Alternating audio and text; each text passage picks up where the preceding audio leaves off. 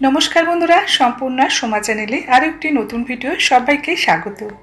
आज के आपनादेर संगे शेयर करब रथयात्रार विषये किछु गुरुत्वपूर्ण विषय।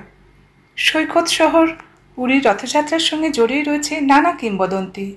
अन्यान्य अनेक जायगातेई एखन महासमारोहे रथयात्रा पालित हय, किन्तु महापुण्यभूमि पुरीर माहात्म्य एकटु आलादा धरनेर। नियम मेने प्रति बछर 22टी सीढ़ी বা ধাপে জগন্নাথ বলরাম সুভদ্রাকে নামানো হয়, যাকে বলে বৈশী পহঁচা। পুরীর মন্দিরের সিংহদুয়ার থেকে কুর্মবেড়া পর্যন্ত এই বৈশী পহঁচার প্রতিটি ধাপ খন্ডালাই পাথর দিয়ে তৈরি। বন্ধুরা, তাই এই স্থানটিকে অত্যন্ত পবিত্র বলে মনে করা হয়। আসুন তাহলে জেনে নেওয়া যাক জগন্নাথ বলরাম এবং সুভদ্রার জন্য প্রতি বছর যে নতুন রথ নির্মাণ করা হয় সেই বিষয়ে কিছুটা আলোকপাত করি। प्रति बछर नतून रथ तैरिर काजे नियुक्त हन 1400 सूत्रधर। आपनारा हयतो अनेकेई जानेन ना किभाबे एई रथ निर्माण करा हये थाके। तीनटी रथ निर्माण करार काजे कोनो रकम फिते बा स्केल व्यवहार करा हय ना। रथेर मापजोप हय प्राचीन नियम मेने हाथ एबं आंगुल दिये। दक्ष कारिगररा सुनिपुण कौशलीते सात्विक मने रथेर निर्माण कार्य समाप्त करे। ताई बंधुरा, प्रति बछर जे नतून नतून रथ निर्माण करा हय सेक्षेत्रे किन्तु कोनो बछरई रथेर दैर्घ्येर कोनो हेरफेर हय ना। जगन्नाथ देवेर रथेर नाम नंदीघोष, बलभद्रेर रथेर नाम तालोध्वज एवं मा सुभद्रार रथेर नाम दर्पदलन। शुभ अक्षय तृतीयार दिन पुरी राजार प्रासादेर सामने उठोने रथ तैरी करा शुरू हय। एई उठोनेर नाम रथखाला। रथ निर्माण प्रसंगे आरो एकटी गुरुत्वपूर्ण विषय आपनादेर संगे शेयर करे दिচ্ছি। আপনারা হয়তো জানেন না রথ তৈরি করতে কোনো ধাতব পেরেক বা স্ক্রুয়ের ব্যবহার করা হয় না। মোটা মোটা কাঠের খুঁটি এবং জয়েন্ট দিয়ে রথগুলো নির্মাণ করা হয়ে থাকে। তাহলে এখন জেনে নেব এই তিনটি রথ কী ধরনের কাঠ দিয়ে নির্মিত হয়ে থাকে। বিশেষ ধরনের নিম কাঠ দিয়ে রথ তিনটি তৈরি করা হয়। প্রতি বছর নয়াগড়ের দাসপাল্লা বন থেকে কাঠ সংগ্রহ করা হয়। প্রথমে মন্দির কমিটির লোকেরা গিয়ে জঙ্গলে সঠিক গাছ নির্বাচন করেন, তারপর পুরোহিতকে সেখানে পূজা পার্বণ সেরে তারপর গাছ কেটে সেই কাঠ দিয়ে তিন দেবতার জন্য রথ তৈরি করা হয়ে থাকে। যে সমস্ত দক্ষ শিল্পী এই রথ নির্মাণ করে থাকেন তাদের বিশেষ কতগুলি নিয়ম পালন করতে হয়। সময় কারিগররা হালকা খাবার খান এবং ব্রহ্মচর্য পালন করে সাত্ত্বিক মনে রথের নির্মাণ কার্য সমাপ্ত করে থাকেন। কেবলমাত্র দক্ষ শিল্পীরাই বংশ পরম্পরায় তারা এই রথ নির্মাণ কার্যে অংশগ্রহণ করার সুযোগ লাভ করেন।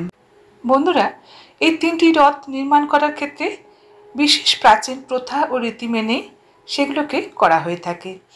প্রথমেই একটি সোনার কুঠাকে জগন্নাথ দেবের চরণে ছুঁয়ে সেটিকে পুজো করে তারপর জঙ্গলে নিয়ে যাওয়া হয়। প্রথম নিম গাছের কাঠটি এই কুঠারকে স্পর্শ করে তারপর কাঠ কাটার কাজটি শুরু করা হয়, আর বাকি কাঠ কাটার কাজ সাধারণ কুঠার দিয়ে হয়ে থাকে। এভাবেই প্রতি বছর রীতি রেওয়াজ মেনে জগন্নাথ দেবের রথের নির্মাণ করা হয়ে থাকে। প্রচলিত নিয়ম অনুযায়ী জগন্নাথ দেব হলেন পুরীধামের রাজা, তাই তাঁর রথ নির্মাণের ক্ষেত্রে সোনার কুঠার স্পর্শ করিয়েই কাঠ কাটার কাজ শুরু করা হয়। জগন্নাথ দেবের রথ তৈরিতে ব্যবহার করা হয় নিম ও হাসি গাছের কাঠ। রথযাত্রায় ভগবান জগন্নাথ, বলভদ্র এবং বোন সুভদ্রা প্রত্যেকেরই রথ তৈরি করা হয়। এভাবেই মোট 3টি রথ তৈরি হয়। এই 3টি রথ নির্মাণের জন্য প্রায় 884টি গাছের 12 ফুটের কাণ্ড ব্যবহার করা হয়। প্রতিটি কাণ্ড কিন্তু একদম সরল থাকে। এগুলি থেকে রথের স্তম্ভ তৈরি করা হয়ে থাকে। বন্ধুরা, কিছুক্ষণ আগে আপনারা জেনেছেন যে রথ তৈরিতে কোনো পেরেক বা ধাতু ব্যবহার করা হয় না, কিন্তু এরূপ হওয়ার কারণ কি? কারণ হলো ঐতিহ্য ও রীতিনীতি অনুযায়ী এটি শতাব্দীর পর শতাব্দী ধরে চলে আসছে এবং এটি রথযাত্রার একটি অবিচ্ছেদ্য অংশ। রথকে একটি পবিত্র বাহন হিসেবে বিবেচনা করা হয় এবং তাই এটি তৈরির উপকরণগুলি বিশুদ্ধ হওয়া উচিত। পেরেক বা ধাতু ব্যবহারের মাধ্যমে রথের পবিত্রতা নষ্ট হতে পারে এই বিশ্বাস থেকে এই উপকরণগুলি ব্যবহার করা হয় না। তাই দক্ষ কারিগররা তাদের সুদক্ষ কলা কৌশলীকে নির্ভর করে রথ নির্মাণ কার্য সমাপ্ত হয়ে থাকে। প্রাচীনকালে অবশ্য ধাতু বা পেরেক এতটা সহজলভ্য ছিল না, তাই হয়তো রথ নির্মাণে এই পদ্ধতি আজও অনুসরণ করা হয়। প্রথা মেনে প্রতিবার ভগবান জগন্নাথের রথের জন্য 16টি চাকা, বলভদ্রের জন্য 14টি চাকা এবং সুভদ্রা রথের জন্য 12টি চাকার রথ নির্মাণ করা হয়। প্রভু জগন্নাথ দেবের রথ নন্দীঘোষের রং হল লাল হলুদ এবং ভগবান বলভদ্রের রথের রং হল লাল সবুজ এবং সুভদ্রা মায়ের রথের রং হল লাল কালো।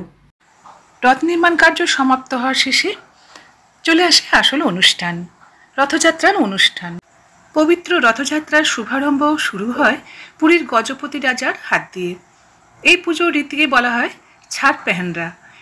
এই 3টি রথকে যথাযথভাবে পুজো করা হয় এবং রথের মণ্ডপ এবং ভ্রমণের পথ পরিষ্কার করতে সোনার ঝাড়ু ব্যবহার করা হয়ে থাকে। গজপতি রাজা রথের রাস্তা পরিষ্কার করে দিয়ে চন্দন ও জল ছিটিয়ে চারিদিক পবিত্র করে তোলেন।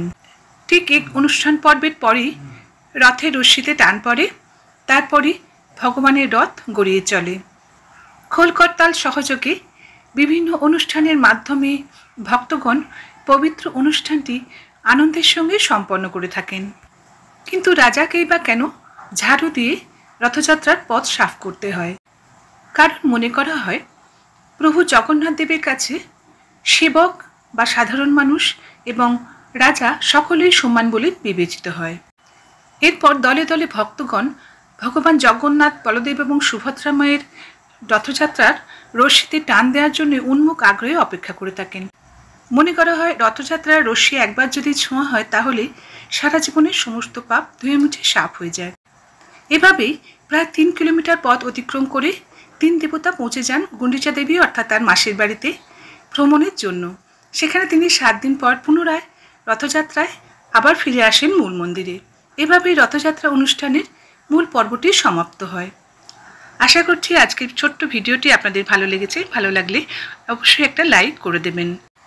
ভালো থাকবেন। সমাপ্ত। ধন্যবাদ।